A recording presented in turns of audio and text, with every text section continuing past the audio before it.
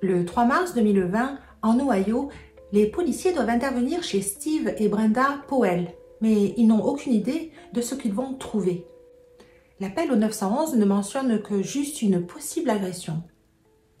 They're on the phone, and there was a lot of screaming going on, so he couldn't really say if it was like a physical fight, but just heard like a lot of yelling and screaming Quand ils going arrivent on. à l'adresse indiquée, c'est Sydney Powell, 19 ans, qui leur ouvre la porte. She's on the ground. So there's Who is it? my mom. Elle est hystérique, recouverte de sang et ses mains sont tailladées. L'officier décide de la sortir de la maison et de la mener un petit peu plus loin. Elle essaye de raconter ce qui s'est passé. Elle et Brenda étaient dans la maison quand tout à coup, ils ont entendu un bruit de vitres qui se brisaient. Il y a quelqu'un qui est en train de rentrer par l'arrière de la maison. Sa mère lui dit de partir et quelques secondes après, Sydney entend sa mère crier. Elle décide de revenir sur ses pas. Et là, elle va trouver sa mère allongée au sol, couverte de sang, inconsciente. À partir de là, Sydney ne se rappelle plus de ce qui s'est passé. Bonjour et bienvenue avec Malice. Aujourd'hui, cette histoire tragique rappelle la peur qu'un parent pourrait avoir à propos de son enfant. Brenda Powell, 50 ans, vient de perdre la vie. Elle est morte sous les coups que lui a portés sa propre fille. Sydney Powell, elle, sera arrêtée le 6 avril 2020. Elle est inculpée pour le meurtre de sa mère et aussi d'avoir manipulé des preuves. 15 jours après son arrestation, sa grand-mère maternelle, Betsy Brown, payera sa caution et Sydney ira s'installer chez sa grand-mère jusqu'au procès. Il faut savoir que la caution n'était que de 25 000 $, ce qui est en fait extrêmement bas pour un meurtre. Lors de son arrestation, Sydney a bénéficié de 72 heures en psychiatrie. Là-bas, elle va être diagnostiquée par le psychiatre de l'urgence comme étant schizophrène. Ce qui va être une stratégie de défense toute trouvée. Elle va plaider non coupable pour raison de troubles mentaux, c'est-à-dire qu'elle reconnaît les faits, mais à ce moment-là, elle aurait eu une crise psychotique. Elle n'était plus ancrée dans la réalité, elle n'était pas lucide, elle ne savait pas la différence entre le bien et le mal. Elle ne se rappelle de rien. Mais cette histoire va diviser la communauté parce que autour de Sydney, vous allez voir, il y a beaucoup de mensonges. Et surtout, elle aurait essayé de couvrir ses arrières, ce qui augure quelque chose de bien plus sinistre. Mais maintenant, c'est à vous d'en juger. À vous de me dire quel verdict vous auriez rendu. Cette histoire a pour but de s'informer, de discuter et de comprendre les faits. Mais n'oubliez pas de liker, de vous abonner et de partager. Akron est une ville qui se situe dans l'État de l'Ohio. Il y a 200 000 habitants et on est dans la région des Grands Lacs. Steve et Brenda Powell ont l'air très heureux. Brenda travaille depuis des années à l'hôpital pour enfants, plus précisément en oncologie. Elle est spécialiste en hémato-onco. Ses collègues et ses amis diront qu'elle était douce et gentille. Elle avait un cœur en or et elle avait beaucoup d'empathie pour ses petits patients et leurs familles. Steve, son mari, lui, travaille dans une compagnie d'acier. Il est vice-président. Tous les deux, ils ont 2 enfants. Il y a Sydney qui est née en 2000 et le petit frère de Sydney, Andrew, qui est né en 2003. Brenda est très proche de sa fille. Elles vont souvent manger toutes les deux au restaurant après avoir fait du shopping et le soir, elles avaient l'habitude de faire un puzzle ensemble jusqu'à ce que Sydney soit admise à l'université. Sydney, elle, est décrite comme quelqu'un de calme et surtout très timide, au premier abord. Puis quand elle connaissait les gens, elle était extrêmement drôle. Elle est sociale et surtout, c'est une très bonne élève. Au moment du choix de l'université, son cœur se portera sur Mount Union. C'est un campus qui n'est pas très loin de chez elle, à peu près 1 heure de route de Akron. Mais surtout, sa meilleure amie, Lorraine Curie, sera avec elle. À partir du moment où on rentre à l'université aux États-Unis, on devient adulte, on est autonome. Et l'étudiant est donc le seul à détenir toutes les informations de l'université, c'est-à-dire ses notes et les rapports des professeurs. Si l'étudiant le souhaite, il peut partager ses codes avec ses parents, ce qui ne sera pas le cas ici. Sydney, grâce à ses bonnes notes, a réussi à avoir une bourse parce que cette université est privée. Cette bourse couvre 75% des frais. Le reste, c'est ses parents qui payent. Ses parents sont très heureux de payer les 25% qui restent parce qu'ils ne s'attendaient pas à ce qu'elle ait une bourse aussi importante. Quand elle fait sa rentrée, Sydney est très contente de voir que la demande qu'elle avait faite d'être avec Lauren dans la chambre est acceptée. Elles ont donc leur appartement, c'est-à-dire qu'elles ont chacune une chambre et elles partagent la salle de bain. C'est le rêve pour un étudiant. Dans l'université de Mount Union, Sydney étudiera la psychologie. Cette première année, elle ne rentrera pas souvent chez elle. Elle reviendra à la maison juste pour les vacances. Sa vie à l'université semble assez ordinaire. Ses amis diront qu'elle sortait de temps en temps le soir avec elle, mais sans plus. En septembre 2019, Sydney commence une deuxième année. Elle est toujours avec Lauren dans la chambre. Celle-ci dira que tout lui semblait normal, il n'y avait rien de différent, rien qui aurait pu l'alerter. Mais en fait, Sydney, elle a un problème. Depuis qu'elle est rentrée à l'université, ses notes sont en chute libre. Elle n'arrive pas à maintenir une moyenne correcte. Et surtout, c'est que quand elle est rentrée en 2019, elle était en probation. C'est-à-dire que si ses notes ne remontaient pas, elle serait renvoyée. Quand les vacances d'hiver arrivent en 2019, Sydney n'a pas réussi à remonter ses notes. Elle recevra un courrier des deux directeurs de l'université de Mount Union, Michelle Gaffney et John Frazier. Les deux lui ont écrit un courrier pour lui signifier qu'elle était renvoyée. Sydney signera ce papier et le renverra. C'est la procédure, elle est avisée. Et quand arrive la fin des vacances, sa mère lui fera remarquer qu'il est temps pour elle de revenir à l'université. Et c'est ce qu'elle fera. Elle revient donc s'installer avec Lauren dans le dortoir, alors qu'elle n'est plus inscrite. She returns to campus, she returns to her dorm life. She moves back into her dorm with her roommate Lauren Curry. Comme le fera remarquer Brian Stano, le procureur, elle n'avisera personne. The whole time, this lie is continuing. She's continuing to lie to her family that everything's normal. She's continuing to lie to her friends, even her roommate, that she's still going to class. En effet, Sydney ne s'est jamais présentée à des cours. Et selon ses dires, elle passait la journée à la bibliothèque.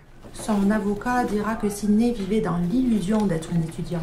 This is Sydney creating a world where everything is okay. I mean, how can you imagine going back to the university when you've been expelled? You know you can't be there. Et Don Malarsic demandera à Lauren, sa meilleure amie, si il y avait quelque chose à propos des rêves de Sydney. But she would have these vivid dreams that she would tell us about that really would scare her. And des fois, elle ne savait pas si elle était réveillée ou endormie. Fin janvier 2020, Michelle Gaffney, l'une des deux principales, apprend que Sydney vit toujours sur le campus. Elle décide de la convoquer. When she first came in, I said there seems to be some confusion. It seems as though you haven't moved out of your residence hall yet, from what I can tell. Sydney lui dit que non, elle est encore étudiante. En tout, elle sera convoquée 3 fois par Michelle Gaffney. Et le 24 février, elle quittera le campus. And she leaves. Elle racontera à Lauren, sa meilleure amie, qu'elle décide de faire un break. Elle est fatiguée, elle reviendra au trimestre prochain. She wants the world to think everything is fine, everything is okay. And that's not reality. It's not okay. Sydney n'informera pas non plus ses parents. À la place, elle va partir avec le peu d'argent qu'elle a dans un hôtel. Elle va passer quelques nuits. Mais on pense aussi qu'elle a vécu dans sa voiture. What happened over that next week from the 24th to the 3rd is not normal. If that was any one of our daughters, we would be terrified. Rightfully so. Le matin du jeudi 3 mars, Sydney décide de rentrer chez elle. Vers 11h du matin, Steve, son père, a une alerte sur son téléphone, une notification. En fait, depuis des années, les 4 membres de la famille ont une application qui les localise. Depuis quelque temps, lui et Brenda se doutaient qu'il y avait quelque chose qui ne tournait pas rond avec Sydney. Déjà, il a essayé de payer les frais de scolarité par Internet, mais le portail de l'université ne lui est plus accessible. Il en a parlé il y a quelques jours à Sydney, qui lui a dit que c'était un simple problème du site de l'université, qu'elle allait se renseigner. Steve et Brenda savent que depuis quelques semaines, il y a un problème avec Sydney. Ils décident donc de partir du travail pour savoir ce que fait Sydney chez eux. Il laisse son téléphone à son bureau. Il ne veut pas être localisé par Sydney. Did you not want Sydney to be able to see that you were coming home? I would imagine that was my intent. Il travaille à 15 minutes de chez lui. Il arrive vers 11 h et confronte sa fille. Elle expliquera au début que c'est un professeur qui est malade et qui leur a donné du travail à faire personnel. Et puis petit à petit, sous la pression de son père, elle changera de version et lui dira qu'elle a été renvoyée.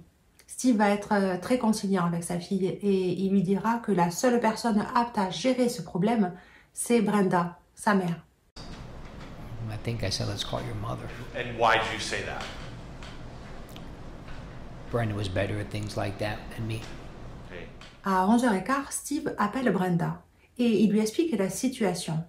Elle décide de quitter son travail et de venir pour discuter avec Sydney. Steve, pensant avoir réglé la situation, il décide de revenir à ses bureaux. Sydney est calme. Pour lui, la situation est sous contrôle. Et Steve était à 1000 lieues d'imaginer ce qui allait se passer après. À 11h40, Brenda le texte pour lui dire qu'elle vient d'arriver dans l'allée de leur maison. Presque une heure après, à 12h36, elle appelle l'université de Mount Union. Elle laisse un message sur la boîte vocale en leur demandant de rappeler. À 12h41, elle texte Steve pour dire qu'elle a appelé l'université. Elle attend qu'il la rappelle. Il lui demandera en retour par texto si elle a discuté avec Sydney, qu'est-ce qui s'est passé et qu'est-ce qu'elles ont décidé. Mais elle ne répondra pas à ce texto. À 12h51, c'est un ami de Steve qui l'appelle, un policier, qui lui dit que toutes les unités sont parties en urgence chez lui, à son adresse. Quand Michelle Gaffney et John Frazier trouvent le message vocal de Brenda, ils sortent d'une réunion. Ils la rappellent de suite. C'est John qui parle. Les deux sont dans le bureau de Michelle et ils ont mis le téléphone sur haut-parleur. Brenda décroche. John se présente et Brenda se présente à son tour. Son ton est calme. Au bout de 20 secondes de conversation, John et Michelle entendent d'un coup un bruit sourd, dur. Les deux se regardent. Alors que John va pour demander si ça va, ils entendent un cri strident, douloureux. Michelle dira qu'il y a eu un deuxième bruit sourd et le son d'un long souffle comme si tout l'air contenu dans les poumons sortait d'un coup. Pour elle, ce bruit sourd se répétera 7 fois. Et John y continue, il essaye de parler à Brenda, de lui demander comment ça va. Et à un moment donné, il dit que si il n'a pas de réponse, il appelle la police. Et d'un coup, la tonalité. L'appel s'arrête. Michelle était allée voir sa secrétaire pour demander l'adresse de Brenda. Elle revient et John appelle le 911. Après avoir raccroché avec la police, John rappelle Brenda. 1 fois, 2 fois, 3 fois. À la 4e fois, quelqu'un répond. John demande « Brenda, c'est toi ?» Et une voix de femme répond « Oui, c'est moi ».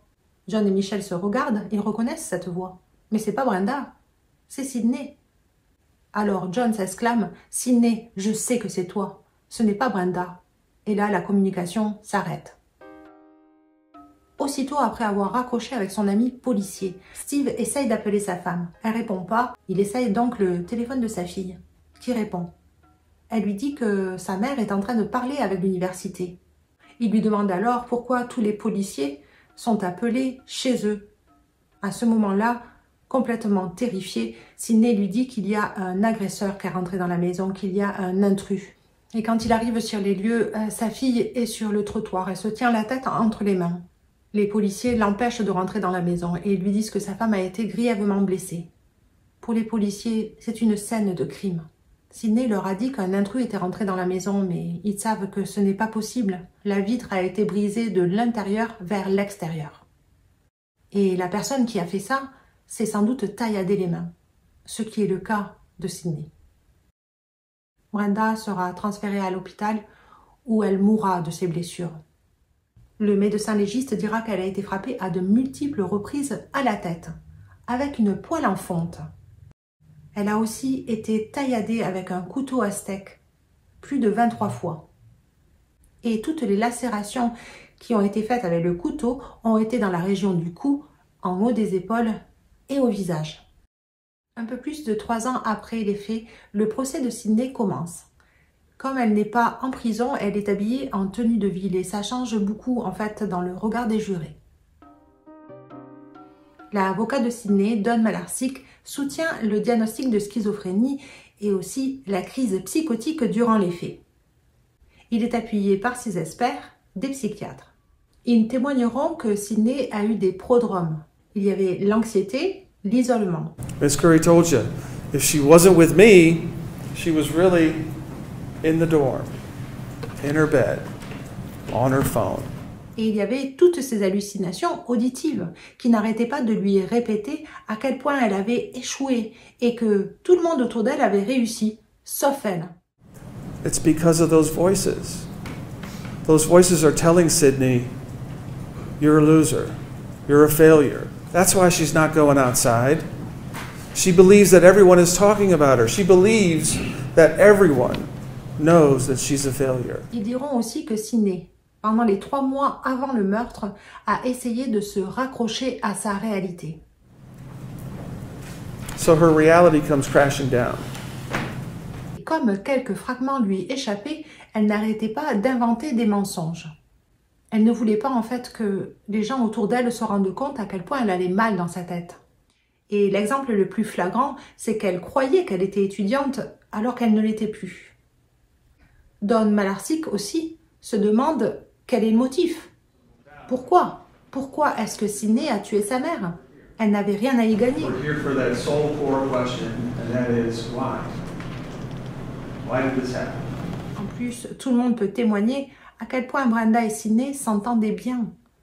Elles s'adoraient, elles s'aimaient. D'ailleurs, tous les membres de sa famille, son père, ses grands-parents, son frère, la soutiennent. Ils sont autour d'elle. Pour eux, ce geste ne peut pas être intentionnel. Et pour la défense, la réalité de Sidney commençant à s'effriter, elle ne savait plus où elle en était, jusqu'au 3 mars 2020, où elle a frappé sa mère sans même s'en rendre compte, sans aucune raison, et oubliant ce moment traumatisant. Et quand c'est au tour du procureur, Brian Stano, il rappelle à tout le monde que personne n'a été témoin d'aucune hallucination. Personne. Que les psychiatres se sont basés uniquement sur les dires de Sidney. Et il ne faut pas oublier que Sidney étudiait la psychologie. Pour le procureur, c'est très important. Personne dans ses amis ou dans la famille n'a parlé d'actes irrationnels de la part de Sidney. Et le mensonge n'est pas un acte irrationnel. Il explique l'anxiété comme étant due à ses mensonges et pas du tout due à une maladie mentale. Et puis, rester à l'université, c'est un moyen pour elle de retarder l'échéance. Avant que ses amis et ses parents apprennent qu'elle a échoué, elle se donne du temps pour trouver une parade. Et puis, elle est bien consciente qu'elle n'est pas étudiante. Elle va certes dans sa chambre tous les soirs, mais elle ne va jamais en cours la journée. Et quant à la crise psychotique pendant le meurtre, pour lui, c'est impossible d'y croire. Déjà, le fait qu'elle ait changé d'arme, c'est-à-dire qu'à un moment donné, elle a arrêté de la frapper avec la poêle en fonte pour aller chercher un couteau. Et aussi, les coups sont tous portés au même endroit. Ce n'est pas quelqu'un qui frappe au hasard, c'est quelqu'un qui vise pour le procureur. Elle a aussi, pendant sa crise, répondu au téléphone quand l'université a rappelé. Et elle a même essayé de se faire passer pour Brenda. 1 minute après, quand elle a eu son père au téléphone, elle a essayé de mentir en disant que tout allait bien. Everything's fine. No, it's not. Sydney, the police are on their way. And now we have to build another lie to protect ourselves. That's what Miss Powell's doing. Et la cerise sur le gâteau pour le procureur, c'est que Sidney a simulé une intrusion chez elle. Le procureur rappellera que lors d'une crise psychotique, la personne n'est pas rationnelle, elle ne comprend pas ce qui est en train d'arriver, elle ne comprend pas ce qu'elle fait. Et pour lui, ce n'est pas du tout le cas de Sidney, parce que lui, il pense que le fait que le mensonge ait été dévoilé l'a mis au pied du mur. Et elle n'a pas réussi à faire face à la honte. La colère et ensuite la rage va l'envahir, qu'elle n'arrivera pas à contrôler. Et pour Brian Stano, elle va donc tuer sa mère, qu'elle aime, qu'elle adore, mais qu'elle a déçue. Et ça, Sidney ne peut pas l'accepter, de voir l'échec dans les yeux de sa mère. Le jury mettra 9 heures à délibérer et ils arriveront avec un verdict. Sidney Powell est déclarée coupable du meurtre de sa mère et aussi d'avoir essayé de manipuler les preuves et donc de cacher ses actions. Quelques jours après, elle recevra la sentence. Elle prendra 15 ans de prison pour le meurtre de sa mère et 3 ans pour la manipulation des preuves. Mais elle aura le droit de faire ces 2 peines en concomitance, c'est-à-dire en même temps. J'attends donc de savoir si vous êtes d'accord avec le verdict et avec la sentence. Pour ma part, je pense que la peine est juste. Et je ne crois pas à la folie passagère. Elle a fait trop d'actions qui étaient rationnelles. Je pense qu'elle a été vexée de voir tous ces mensonges mis en lumière. Et son ego ne l'a pas supporté. Elle s'est défendue par la violence. Sydney ne voulait pas payer pour ses actions. Elle ne voulait pas être responsable. Mais je pense aussi qu'elle ne voulait pas tuer sa mère. Je pense vraiment qu'elle aimait sa mère. Elle a fait preuve de remords et d'une très grande tristesse. Et toujours, selon moi, Brenda, qui n'aurait sans doute jamais imaginé mourir sous les coups répétés de son enfant, n'aurait pas voulu que sa fille passe sa vie en prison. Le narcissisme et le manque de maturité de Sydney sont pour moi les armes principales du meurtre de Brenda Powell. Sydney a maintenant 15 ans pour apprivoiser son caractère et sa personnalité. Alors je ne sais pas si vous connaissiez cette affaire ou même si vous l'avez aimée. Et si vous me laissez un petit commentaire, j'y répondrai. Sinon, en attendant, n'oubliez pas de liker, de vous abonner et de partager beaucoup d'amour dans la journée. À plus tard. And the last thing Sydney remembers is mom saying, "It's going to be okay." She's giving her a hug on the couch. It's going to be okay. And in that moment, Sydney has a psychotic break from reality. Everything comes crashing in.